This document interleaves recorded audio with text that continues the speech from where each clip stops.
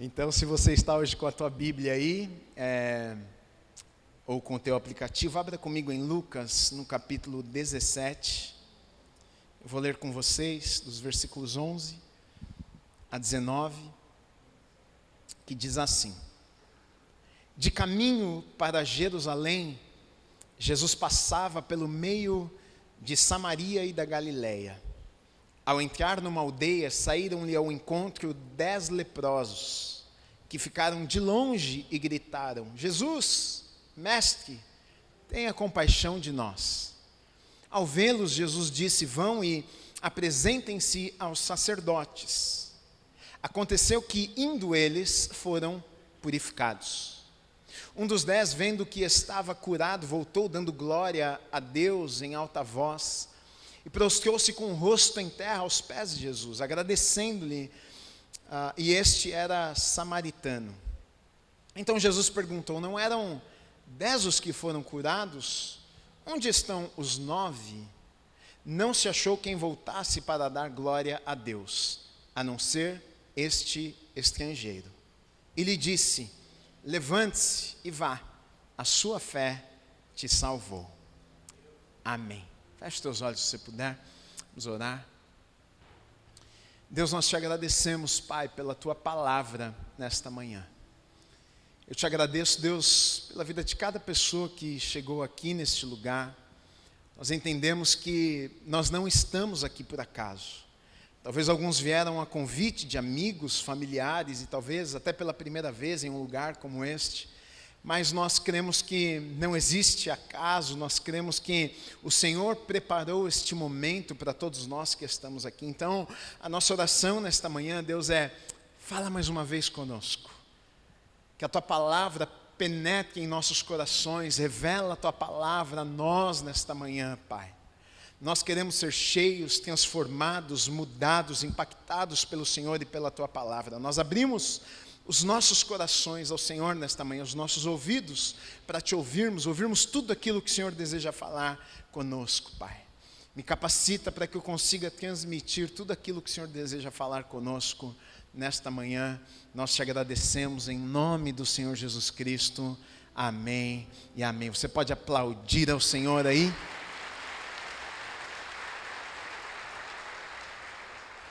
Amém.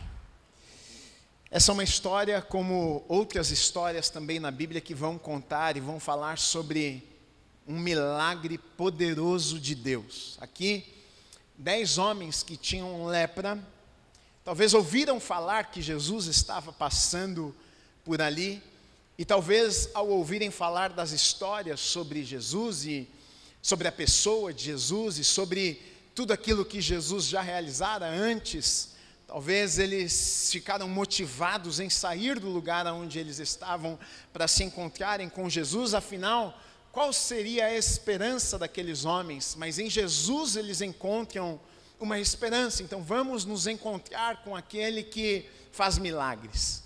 Vamos nos encontrar com aquele que, quando toca a vida de uma pessoa, a vida daquela pessoa nunca mais é a mesma.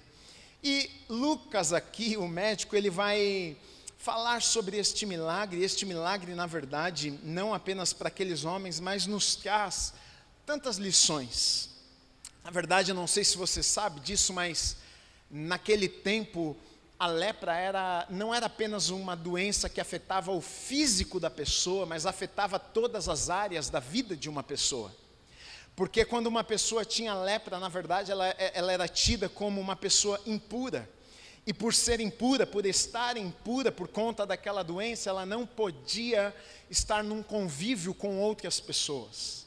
Ela era considerada impura, ela não podia tocar em ninguém, ninguém podia tocar nesta pessoa, porque ao tocar numa pessoa como esta impura, aquele que era puro também se tornava impuro. Então, na verdade, naquele tempo, as pessoas que tinham lepra, elas ficavam reclusas, elas ficavam num lugar separado, elas perdiam o convívio com outras pessoas.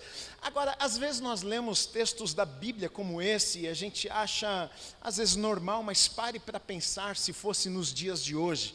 De repente, você pega uma doença e por conta dessa doença, você agora já não pode mais ter convívio com outras pessoas. Imagina só um pai de família, um pai que tem, por exemplo, 3 filhos, e de repente agora ele já não pode mais ter contato com os seus próprios filhos. De repente, de um dia para o outro, agora ele já não pode mais ter contato com sua própria esposa, com os familiares, com os amigos. Agora ele perdeu o emprego. Se ele tinha uma empresa, ele tem que passar esta empresa para uma outra pessoa. Afinal, agora não tem como ele liderar nada, não tem como ele estar à frente de nada, porque ele não pode estar com ninguém.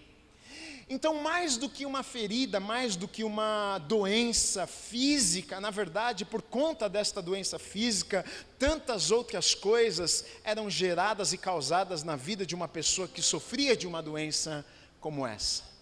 Então, não apenas enfermos fisicamente, mas também enfermos emocionalmente, espiritualmente. Toda a vida da pessoa era afetada por conta daquela doença que ela enfrentava. Quando você vai ler lá em Levítico, falando sobre a lepra, você vai ver que vai explicar exatamente isso, sobre o fato das pessoas não poderem estar juntas. E quando uma pessoa era tido como curada, ou seja, eu tinha lepra, mas fui curado, e você vai ver outros episódios na Bíblia de pessoas sendo curadas de lepras. Mas quando uma pessoa, por exemplo, ela era curada de uma lepra, ela precisava, na verdade, fazer algumas coisas. Então, uma das coisas que essa pessoa precisava fazer, ela precisava ir diante do sacerdote, para que o sacerdote, na verdade olhasse e analisasse aquela pessoa, para ver se realmente aquela pessoa havia sido curada. Deixa eu ver, tira a camiseta aí, meu filho, deixa eu ver se está sem mancha nenhuma, deixa eu ver se você não tem mais essa doença mesmo.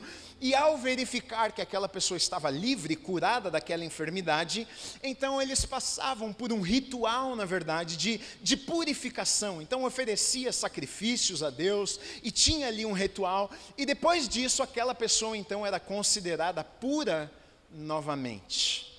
É nesse contexto aqui que vai acontecer este encontro de 10 homens que estavam doentes por conta da lepra com Jesus.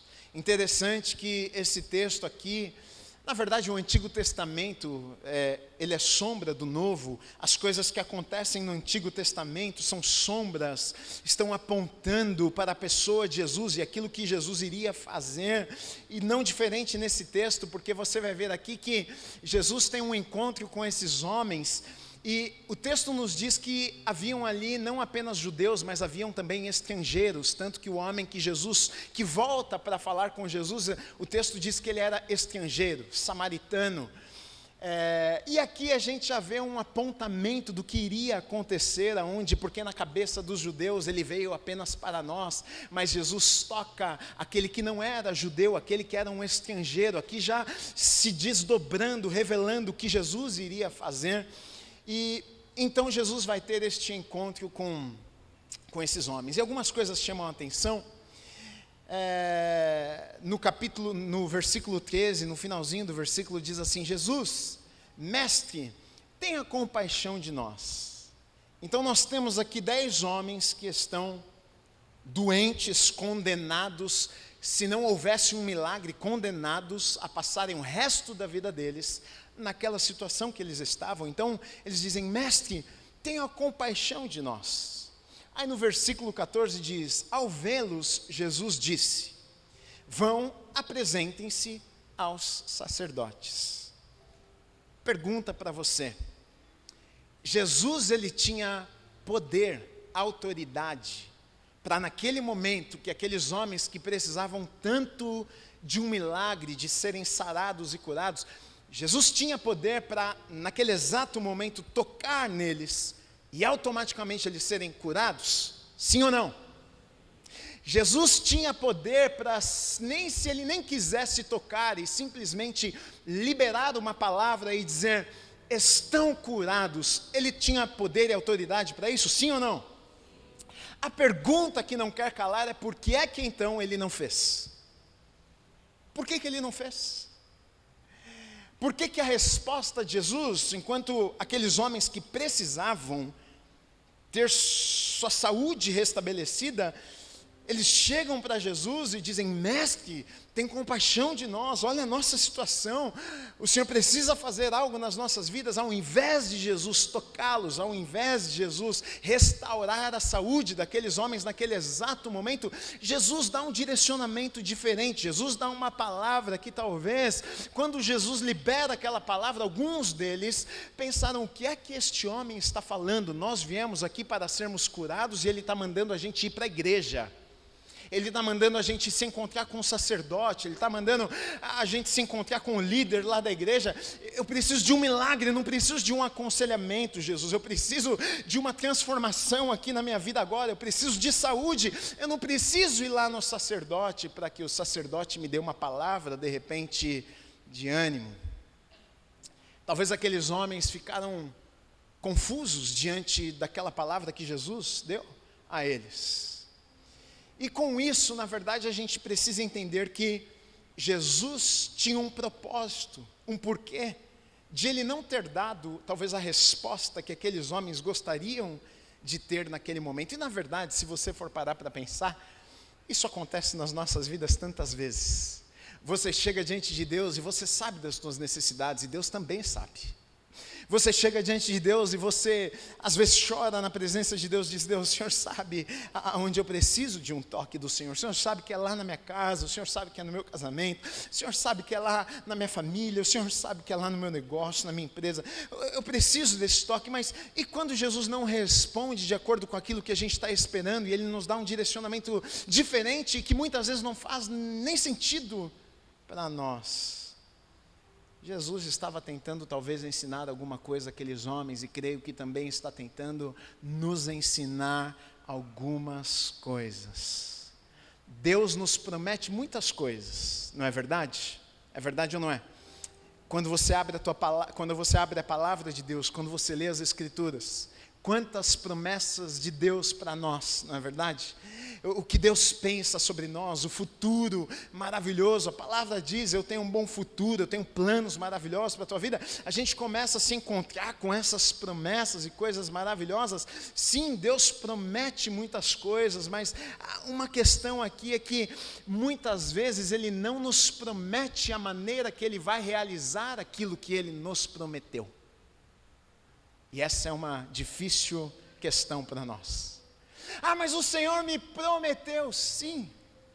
E eu acho que o grande problema, sabe qual é? Que quando nós nos encontramos com a palavra de Deus e com promessas, é natural do ser humano, a gente já começa a pintar um quadro, a gente já começa a imaginar. Então, se Deus disse que Ele tem isso para a minha vida, se Deus disse que Ele tem aquilo para a minha vida, a gente já começa a fazer planos. Então, se Deus tem, eu já vou agora preparar, porque daqui 1 ano eu vou estar desse jeito, e a empresa vai estar assim, porque Deus me deu uma palavra. Daqui 5 anos, Gui, já sei aonde eu vou estar. Daqui 10 anos, eu já sei o que vai acontecer, porque eu tenho uma promessa de Deus, Deus tem uma palavra para a minha vida. Agora eu estou indo lá para viver aquela palavra que Deus tem para a minha vida. Sim, querido, é verdade, Ele tem promessas, mas o que Ele não nos promete é a maneira que Ele vai trabalhar muitas vezes, é o tempo que Ele vai trabalhar, o jeito que Ele vai fazer as coisas, e por isso muitas vezes ficamos frustrados, por isso muitas vezes nos pegamos ansiosos, porque nós imaginávamos que seria de tal maneira e não foi.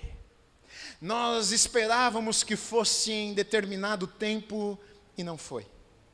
Nós imaginávamos que a maneira que Deus iria trabalhar seria assim, assim, assim, quando de repente Deus não trabalhou assim, assim e assim. E muitas vezes deixamos de confiarmos, deixamos de depositar a nossa confiança nele. Deixamos de acreditar que Ele é soberano e que se Ele prometeu, Ele é fiel para cumprir, mesmo quando os nossos olhos não conseguem enxergar, mesmo quando não faz sentido nenhum. Eu acredito que existe um motivo para Deus trabalhar desta maneira. Eu acredito que Deus faz isso para nos levar ao crescimento. A espera nos faz crescer. Deus faz isso para testar muitas vezes o nosso caráter, não porque Ele não saiba, mas para que a gente saiba como nós somos de verdade. Para que a gente olhe no espelho e diga: meu Deus, nem eu achei que eu era tão descrente assim. Eu achei que eu estava firme na fé. E às vezes o processo, e às vezes Deus, o fato de Deus não trabalhar da maneira que nós pensamos que Ele iria trabalhar, faz com que a gente tome um choque de realidade e olhe para as situações e pense, meu Deus, então o Senhor me abandonou. E aí é revelado muitas vezes nestes momentos, se cremos, se não cremos de verdade. Eu preciso saber de algo, e ter essa convicção e não se esquecer nem por um segundo na minha vida. O que Deus promete, Ele cumpre. O que Deus promete, Ele cumpre.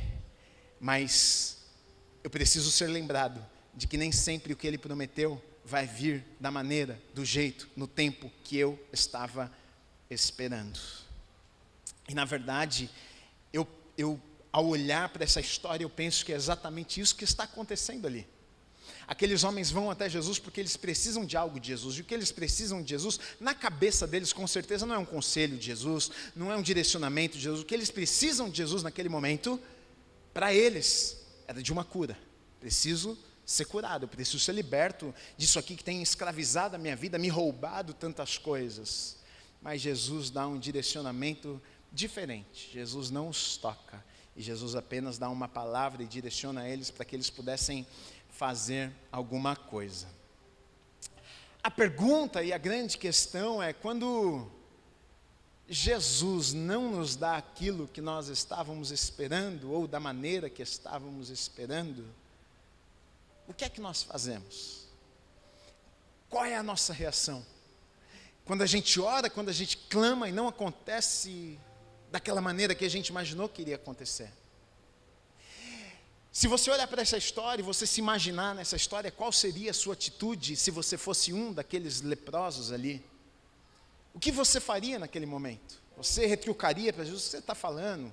Você viraria as costas e voltaria para o lugar de onde você saiu? Ou você obedeceria um comando, um direcionamento de Jesus, mesmo não compreendendo o porquê que ele estava falando aquilo que ele estava falando?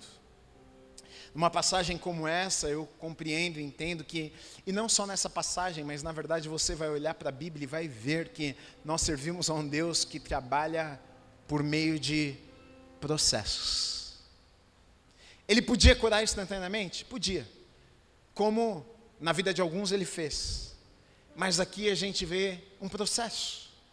O que Jesus está sugerindo aqui, o que Jesus está dizendo, olha, ele não diz com suas próprias palavras, mas se você fizer aquilo que eu estou mandando você fazer, se você obedecer, se você der passos, se você caminhar, se você pegar a escada, se você for em direção ao sacerdote, se você fizer aquilo que você precisa fazer, ou seja, se você se dispor a entrar nesse processo, você vai receber aquilo que eu estou dizendo que você pode receber. Só que a grande questão é que muitas vezes nós não estamos dispostos a passar pelo processo. A gente quer que Deus faça hoje. Afinal, Gui, Deus é onipotente, não é verdade? Sim, todo-poderoso. Afinal, Gui, Ele é onipresente, onisciente, Ele conhece tudo, Ele sabe da minha dor, Ele sabe da minha dificuldade, Ele sabe que eu preciso, Gui, de um milagre hoje, e já que Ele sabe que eu preciso de um milagre hoje, e se Ele é o todo-poderoso, Ele pode fazer hoje, então Ele vai fazer hoje, e se Ele não fizer hoje? Essa que é a questão, essa que é a pergunta. E se Ele não fizer hoje? E se o teu milagre, e se a transformação que você tanto precisa vier através de um processo, de caminhar, de pegar a estrada, de obedecer a palavra, de seguir a orientação do Senhor, para então viver aquilo que Ele disse que você poderia viver? O que é que você faria? Interessante que na verdade aqui a cura daqueles homens que estavam enfermos está totalmente ligada à obediência. A cura aconteceu e veio por conta da obediência, da disposição no coração daqueles homens de obedecer uma palavra que eles haviam ouvido, mesmo que não fizesse sentido. Então quando Jesus fala, olha, vocês vão lá se encontrar com o sacerdote, talvez aquele que não era judeu não tinha nem compreensão e entendimento do que Jesus estava tentando falar. Talvez alguns deles até compreenderão, tá, sacerdote, é porque ele precisa validar a nossa cura. Talvez alguns compreenderam um pouco do que está acontecendo, mas talvez o estrangeiro, talvez aquele que não era um judeu, nem isso talvez ele não tenha compreendido. Que papo é esse de ir para sacerdote agora? Agora um milagre. Eu fico pensando, e se algum deles tivesse tomado a decisão de não obedecer um comando de Jesus naquele momento? Será que o milagre teria acontecido? Porque na verdade, no natural, o ser humano, ele quer fazer sempre, tomar decisões e trilhar caminhos que a princípio, ao seu ver, tem lógica, faz sentido, precisa fazer sentido. Você diz, puxa, faz sentido eu ir para cá, faz sentido eu fazer isso, eu acho que esse é o melhor caminho, mas no reino de Deus, muitas vezes as coisas não acontecem dessa maneira. No reino de Deus, o Senhor pode te pedir algumas coisas que não faz sentido. Que não faz sentido nem para você, não faz sentido para as pessoas que estão à sua volta. E você vai ver inúmeros milagres na Bíblia de pessoas que viveram coisas incríveis e a princípio não fazia sentido. Vou te dar um exemplo. Por exemplo, Pedro, quando está no barquinho com os seus amigos, essa história é conhecida, você sabe da história, mas Jesus aparece lá no meio das águas e andando sobre as águas. E a minha pergunta é, faz sentido alguém, um ser humano, andar sobre as águas? Não cabe na nossa mente, tanto que os discípulos pensaram que Jesus não era uma pessoa, pensaram, é um fantasma. O que é aquilo? O que é aquele vulto que está se aproximando do nosso barco? E à medida que Jesus vai se aproximando, eles começam a olhar e, meu Deus, parece que a silhueta é como de um ser humano, é uma pessoa que está vindo. Não é possível, se é uma pessoa deve ser um espírito, um fantasma. Afinal, não faz sentido uma pessoa andar sobre as águas. Faz sentido ou não faz? Se você está navegando à noite, num barquinho, e você olha para o lado, e tem uma pessoa andando em direção do seu barco, eu não teria coragem de Pedro, não. Eu acho que eu me escondia dentro do barquinho, pensava, é um fantasma. Mas Pedro olha, e disse ao Senhor que está aí, me manda ir. Jesus disse, pode vir. E então Pedro faz algo que não fazia sentido. Não tem como. Como é que um ser humano, uma pessoa anda sobre... A não ser que você tenha de repente um pé de pato, uma prancha. Não sei. Não faz sentido. Mas debaixo de uma palavra, obediência, ele vai viver algo incrível que os outros que ouviram a mesma palavra, mas decidiram ficar no barco, não viveram o que ele viveu. Então tem muitos momentos das nossas vidas que não vai fazer sentido, mas a questão é, eu escolho, eu decido obedecer mesmo quando não faz sentido ou não? Precisa fazer sentido para você ou não? Eu acredito, e até olhando para as Escrituras, inúmeras passagens, eu vejo um Deus que gosta de trabalhar com coisas que não fazem sentido. Eu acho que é proposital, e eu acho que Deus faz isso, sabe para quê? Para que a gente aprenda a confiar mais nele.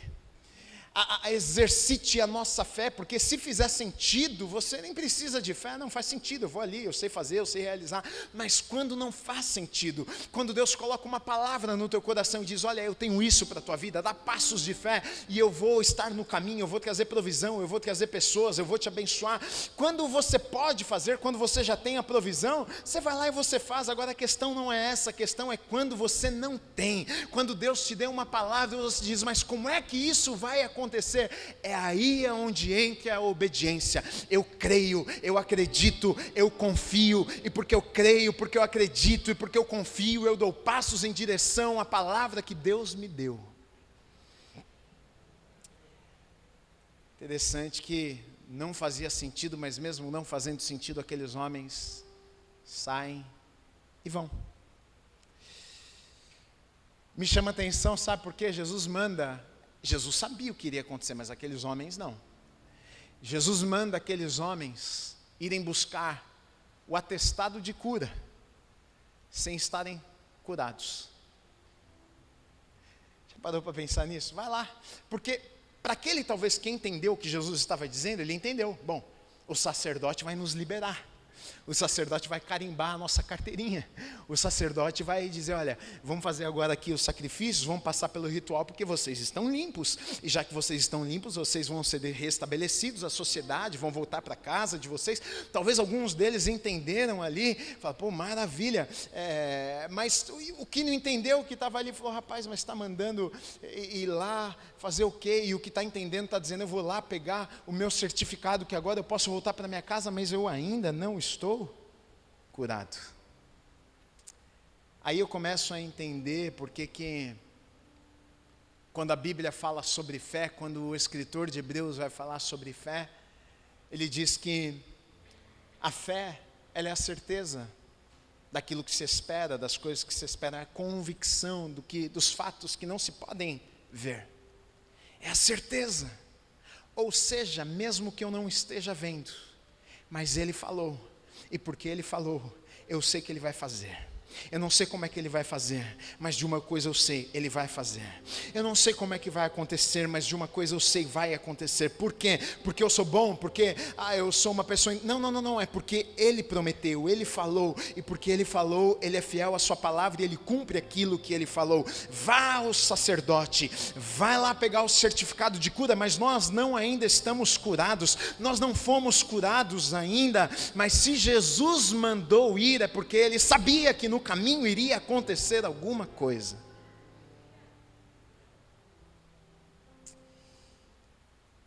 Por isso que ainda em Hebreus vai dizer, sem fé é impossível agradar a Deus. Porque se eu não creio, eu não saio do lugar. Se eu não creio, eu não dou passos. E se eu não dou passos, eu não vivo aquilo que Deus tem para mim. Se eu não dou passos, eu não experimento todas as coisas que Deus tem preparado para a minha vida. Sem fé é impossível agradarmos a Deus, vivemos os planos, os propósitos que Ele tem para as nossas vidas. Uma coisa que me chama a atenção, que no texto, olha o que diz, aconteceu que indo eles, Jesus dá uma palavra e diz depois, acontecendo que, indo eles foram curados. Indo eles, não ficando eles. É no caminho que as coisas acontecem. Às vezes a gente fica paralisado e esperando Deus fazer, enquanto na verdade precisávamos estar em movimento, para então Deus fazer aquilo que Ele deseja fazer nas nossas vidas. Muitas vezes, então em lugares na Bíblia você vai ver que o milagre acontece no caminho. É quando aquele homem que chega para Jesus e fala, eu tenho um servo meu que está lá, e ele está muito enfermo, ele manda uma pessoa falar com Jesus, mas ele diz para Jesus o seguinte, olha, eu sou um homem de autoridade, Senhor, eu tenho funcionários, eu tenho soldados, e quando eu digo algo, eles obedecem o que eu falo, então quer saber, não vou nem atrapalhar o tempo do Senhor, faz o seguinte, não precisa nem ir lá tocar o homem, mas manda uma palavra, libera uma palavra, e eu sei que lá o homem vai ser curado. Jesus olha para esse homem e diz, olha, nem Israel eu vi fé como essa, que coisa maravilhosa. E o homem no dia seguinte, lá quando vai chegar na sua casa, as pessoas dão a notícia para ele de que aquele homem havia sido curado, e aquele homem havia sido curado enquanto Jesus estava ainda lá do outro lado, e apenas liberou uma palavra, e esse homem está indo para casa, e esse homem está sendo restabelecido lá em casa por conta de uma palavra de Jesus. Muitas coisas acontecem no caminho. Eu quero te dizer algo, o atestado da vitória, você já tem. Você só precisa pegar a escada. Fala para a pessoa que está ao teu lado, pega a escada. Pega a escada. Suja o pé de terra. Bota a sua sandália e pega o caminho. O atestado já é teu. A promessa já é tua. O que Deus falou já é teu. Você só precisa dar passos, pegar o caminho e pegar a estrada para viver tudo aquilo que Deus tem preparado para a tua vida.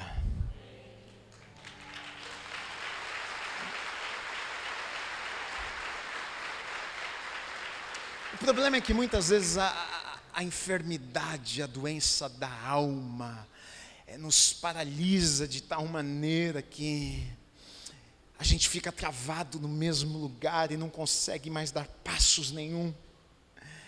A gente se sente preso, afinal, Gui, olha, Deus não fez na minha vida, Deus não fez na minha casa, então já que Ele não fez até aqui, não tem como eu me mover, não tem como eu dar um passo, não tem como eu viver mais nada, mas na verdade você precisa continuar. Quando você continua, mesmo quando você não está sentindo, quando você continua, mesmo que não faça sentido nenhum, você está dizendo para Deus, Deus, na lógica, para mim, os meus sentimentos, as minhas emoções, eu não tenho forças para fazer isso, mas eu estou fazendo isso porque eu confio no Senhor.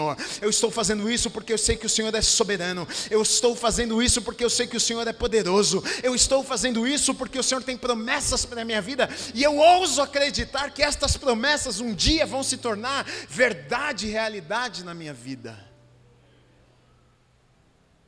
Coragem para dar passos, sair do lugar, pegar da estrada. Agora é interessante que Jesus sempre tem mais do que nós pensamos ou imaginamos. A gente, quando imagina o que é que Deus vai fazer nas nossas vidas, a gente imagina um plano e Deus sempre nos surpreende. Deus sempre faz mais do que aquilo que nós pensamos, imaginamos que Ele poderia fazer. E nesse texto eu encontro isso também. Porque a princípio, aqueles homens, eles vão a Jesus buscando uma coisa. Eles queriam ser curados, no físico deles. Só que, na verdade, o que Jesus estava entregando a eles era mais do que uma cura no físico deles.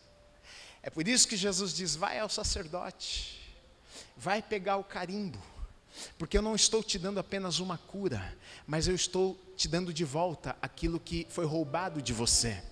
Você perdeu contato com a tua família, você perdeu tantas coisas na vida por conta daquela enfermidade, daquela doença. E lepra na Bíblia você vai ver que é uma figura para o pecado, e na verdade é exatamente o que o pecado faz na vida das pessoas, traz destruição, arranca delas muitas vezes aquilo que Deus já havia dado a elas. Ou seja, Jesus estava dizendo para aqueles homens, eu não vou apenas restaurar o físico de vocês, eu não vou trazer apenas uma cura no físico de vocês, mas eu vou fazer mais do que vocês talvez pensaram que eu poderia fazer. Existe cura para a alma, existe cura espiritual. Jesus estava dizendo, eu vou dar a vocês de volta aquilo que vocês perderam há tanto tempo, e essa palavra é para a tua vida também, em nome de Jesus. Muitas vezes nós apenas clamamos a Deus e pensamos, Deus, eu só preciso daquele milagre, eu só preciso que o Senhor faça aquela coisa. Deixa eu te dizer, Deus vai fazer mais, Deus vai fazer um milagre que você precisa, mas Deus vai restaurar, Deus vai restabelecer aquilo que foi perdido também, aquilo que o diabo um dia roubou de você, aquilo que um dia o diabo trouxe destruição, roubou tua casa, tua família. Deus está te falando nessa manhã, em nome de Jesus, que Ele vai trazer de volta.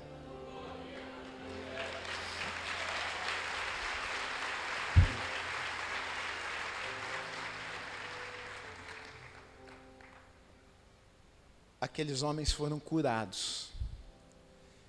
E se você for reparar na Bíblia, sempre, em muitos lugares, tem números, né? Fala sobre números, pessoas, quantidade, tempo. Creio que tem um motivo para isso também, mas aqui no caso, o texto diz que haviam ali 10 homens leprosos. E o próprio texto diz que os 10 foram curados, mas apenas um voltou. Ou seja, de 100%, 10%. E talvez esta seja uma estatística do que Jesus está querendo mostrar, como é o ser humano. É claro que a gente pode falar, e eu já vi mensagens nesse texto falando sobre gratidão, sobre voltarmos, mas na verdade a volta em si, por trás da volta, na verdade é revelado alguma coisa. Porque na verdade só volta se aquilo ou aquela pessoa tem um significado e uma importância muito grande na tua vida. Já que eu recebi o que eu queria, agora eu sigo a minha vida. Mas talvez aquele homem entendeu, o mais importante do que a cura que eu recebi é aquele que me ofereceu a cura. E talvez para aquele homem tenha tido um significado diferente, talvez ele tenha tido um entendimento diferente de que, olha, o mais importante não é aquilo que eu posso receber, mas é quem me ofereceu esta cura aqui. Ontem eu assisti um filme e alguém falou para minha esposa e a gente colocou lá, e um filme meio bobinho, meio românticozinho assim. Eu não sei o que está acontecendo comigo, acho que estou ficando velho. Começa a chorar. Rapaz, fala que ama a moça, coisa linda. Estou meio emotivo, gente, não sei o que está acontecendo comigo. E o filme basicamente era que tinha lá um rockstar, ele era famoso e fazia turnê pelo mundo inteiro. E do outro lado da história tem uma mulher que ela foi casada, mas o seu marido a traiu e abandonou ela e sua filha. Dor, sofrimento, e ela cria agora a menina sozinha. E quando a menina já é adolescentezinha, um dia ela combina com as amigas de ir num festival onde esta banda iria tocar deste moço muito conhecido. E quem iria levar, na verdade, a menina com as amigas seria o pai, mas o pai, por algum motivo, teve um compromisso, não pôde. E quem acabou indo foi a mãe. A mãe levou a filha com algumas amigas para esse festival lá, que ela nem queria estar lá. Ela chega lá irritada, pensando, o que eu estou fazendo aqui nesse lugar? Quantas vezes é assim que Deus faz, né? O que eu estou fazendo aqui? Mal você sabe que o que você precisa está nesse lugar. Aí a mulher está pensando, o que eu estou fazendo aqui? Ela precisa ir no banheiro, e aí ela sai por trás lá das portas e ela vai num banheiro, na verdade, que era o banheiro dos artistas, e ela não sabia, ela burla lá, mas não sabia. E quando ela entra no banheiro, ela dá de frente com aquele homem. Aí eu já caio uma lágrima, porque eu já percebi o olhar, né? Falei, uau, tem alguma coisa aí. E aí o encontro é muito bacana, e ambos ficam meio encantados assim e tal, e tudo bem. Resumo da história. Ele descobre que ela tem uma loja de artes, ele viaja, vai lá na loja dela. Quando ele chega lá, ela toma um susto, né? O famoso lá, mundialmente falando, está lá na loja dela, e ele começa a falar, eu gosto muito de artes, comprei uma casa agora e eu queria colocar artes na minha casa, gostei dessa, ele comprou a loja inteira dela. Acho que ele fez para impressioná-la. E ali eles começaram um relacionamento, só que ele era um jovem de 24 anos, ela era um pouco, com uma idade um pouco mais avançada, não 60, mas sei lá, 35, 40, 15 anos a mais que ele, não sei. E, na verdade, depois que aquela moça começou a se relacionar com esse homem, a vida dela virou de ponta cabeça, porque agora era repórter na casa dela todo dia, era gente tirando foto dela e quando ia no mercado, a filha na escola, uma confusão. A filha chega na escola e os amigos começam a zoar ela, fazer bullying com ela. Sua mãe, Papa Anjo, né? Pegou lá o cara mais velho, uma confusão. A confusão foi tão grande que aquela mulher, ela estava muito feliz com aquele amor que ela havia encontrado, mas ela então entende que ela precisava tomar a decisão de deixá-lo, porque estava causando um transtorno em sua vida. Na primeira vez que ele foi na casa dela e teve um encontro com ela, e quando ele sai de casa, antes de ele sair de casa, ele tirou um relógio dele e deixou meio escondidinho assim, perto da porta. E quando ele foi embora, ela viu aquilo e falou, caramba, ele esqueceu o relógio dele. E na verdade seria uma desculpa para ele voltar em algum momento ali, depois falar, esqueci meu relógio, né? E aí ela vai lá, depois de tudo isso ter acontecido, e termina com ele, diz, olha, eu tenho que seguir minha vida, não tem como, e tal, aquela tristeza, né? Aí choram, eu choro também, todo mundo chorando. E aí ele fala para ela, olha, mas é o seguinte, a sua filha daqui 3 anos, 4 anos, ela está na faculdade, ela vai viver a vida dela, e nós, como nós vamos ficar? Aí ela falou, olha, no momento não tem como. E aí, muito bonito o que aconteceu, porque antes dele sair da casa, ele pegou, tirou o relógio e apoiou o relógio ali na mesinha perto da porta. O que ele estava dizendo para ela? Eu ainda vou voltar. Passaram 5 anos, a menina já estava na faculdade, e um belo dia, quem é que aparece? O galanteador, na porta dela. E ela se entrega e eu choro. Mas aquilo que importa para você te faz voltar. Quando você não volta, é porque não era tão importante assim para você.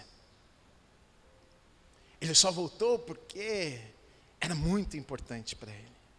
Então, na verdade, o fato daquele homem ter voltado, isso revela e mostra o coração dele, do que era mais importante.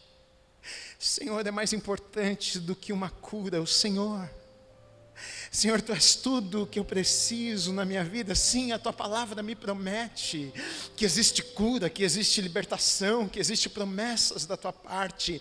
Mas mais do que as promessas, mais do que aquilo que o Senhor pode fazer na minha vida, é quem o Senhor é para mim. Tu és a pessoa mais importante, Tu és o ar que eu respiro, Tu és a minha alegria. Mesmo que eu não tivesse nenhuma alegria na vida, Tu seria a minha alegria. Tu és a minha paz, Tu és a minha esperança. Até quando eu perco as esperanças, eu continuo tendo esperança, porque Tu és a minha esperança, Tu és tudo o que eu preciso.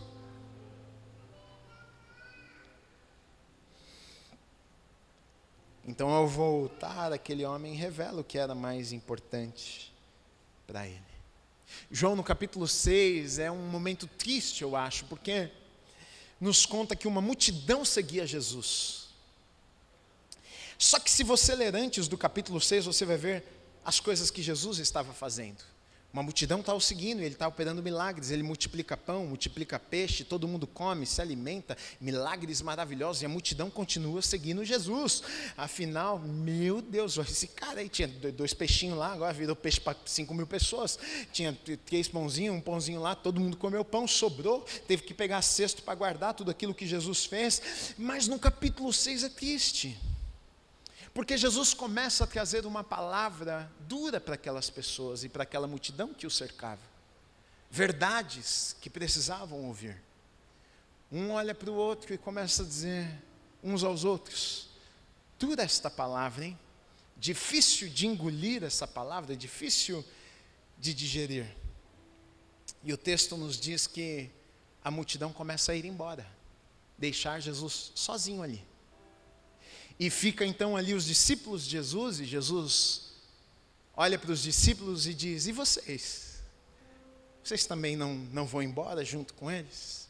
É quando o corajoso Pedro se levanta e diz: Senhor, para onde nós iremos, se só Tu tens as palavras da vida eterna? Nós não estamos aqui pelos milagres que o Senhor pode fazer nas nossas vidas. Nós não estamos aqui pelo pão que o Senhor pode colocar na nossa mesa. Nós não estamos aqui pelas maravilhas que nós vemos o Senhor realizando. Nós estamos aqui porque só Tu tens as palavras de vida eterna. Nós estamos aqui pelo Senhor. Nós não estamos aqui pelas bênçãos e por aquilo que o Senhor pode fazer nas nossas vidas. Afinal, tudo Ele já fez, entregando o Seu único Filho naquela cruz por mim e por você, para que hoje fôssemos salvos. Ele não precisava fazer mais nada, mas porque Ele é tão bom, Ele continua fazendo tudo. Que Deus é esse? Como não amá-lo?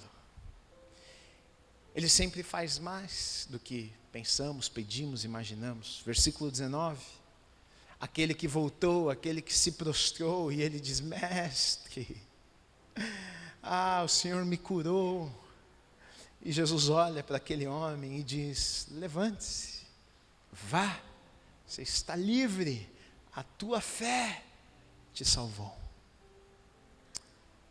Eu não sei, mas talvez os 9 que foram embora receberam a cura, mas talvez não tenham recebido a salvação.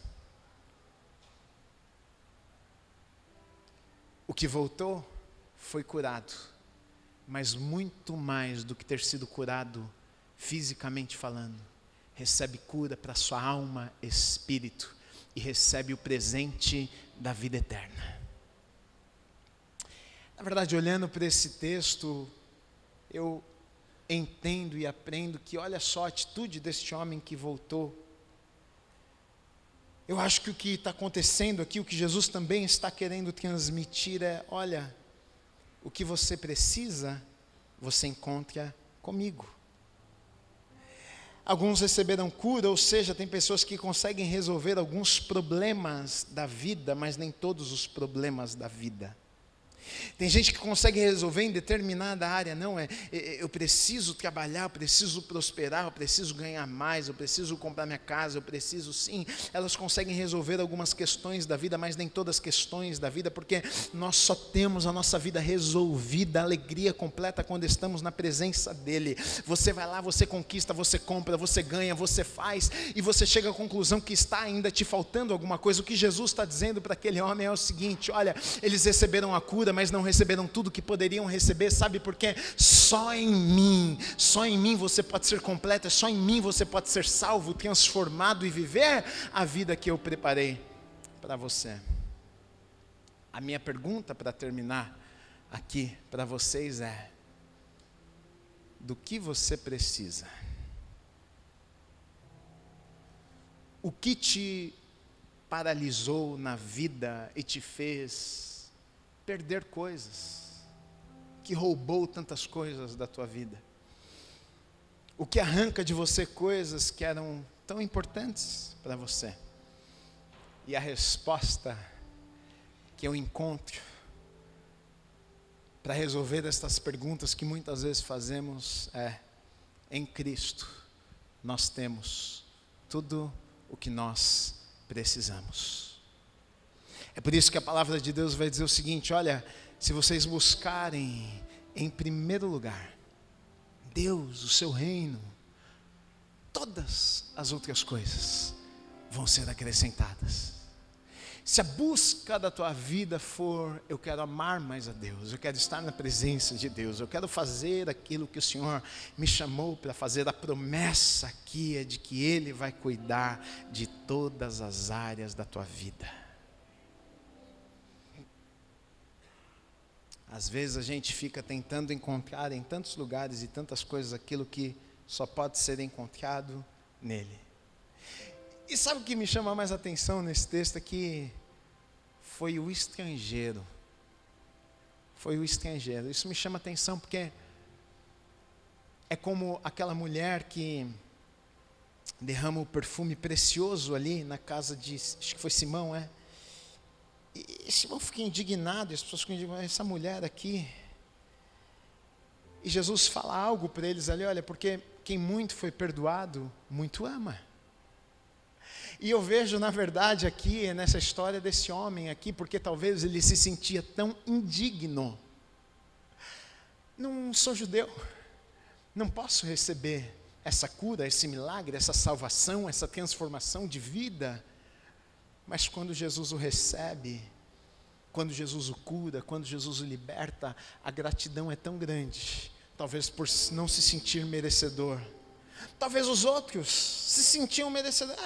Não fez mais que o trabalho dele, né? Jesus, o Messias, esse é o trabalho dele. Mas aquele que não se sentia digno, ele agora vai aos pés de Jesus e se quebranta, porque quem muito foi perdoado, muito ama. Essa é a nossa história, essa é a minha história, essa é a tua história. Leprosos, com pecados que nos deixou sujos, imundos aos olhos de Deus, que nos separou da presença de Deus, que trouxe feridas e marcas nas nossas vidas. Hoje, muitas vezes carregamos cicatrizes de marcas que o pecado, a impureza trouxe para as nossas vidas. E muitas vezes não nos sentimos dignos daquilo que Deus pode fazer nas nossas vidas. Afinal, Gui, olha a minha história, olha o meu passado, olha a minha vida.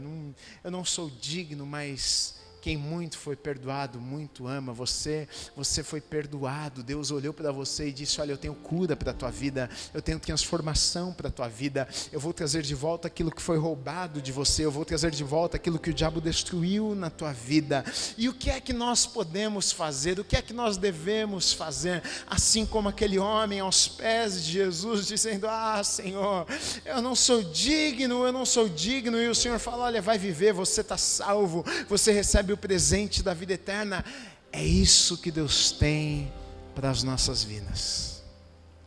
Eu não sei como é que você chegou aqui, mas eu sei como você pode sair deste lugar.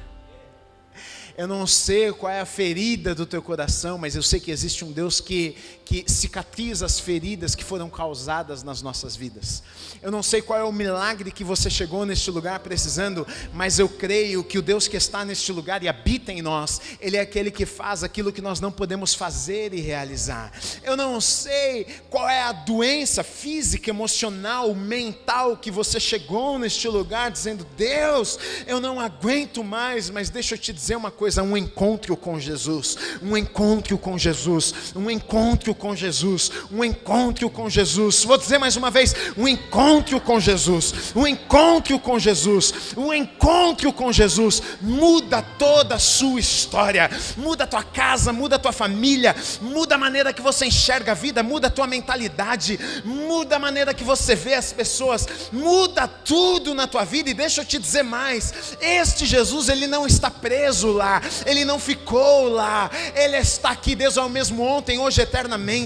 Ele está aqui nesta manhã, e da mesma maneira que Ele tocou aqueles homens, que Ele transformou a vida daqueles homens, Ele pode, Ele quer na verdade fazer isso na sua vida também.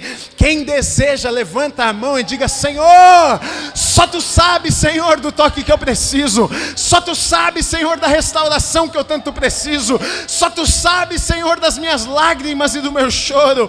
Oh Deus, tem compaixão de nós nesta manhã, faz aquilo que só o Senhor pode fazer nas nossas vidas. E creia, querido, e creia, querida, e saia do teu lugar e dê passos debaixo de uma palavra, crendo que aquele que prometeu, Ele é fiel para cumprir.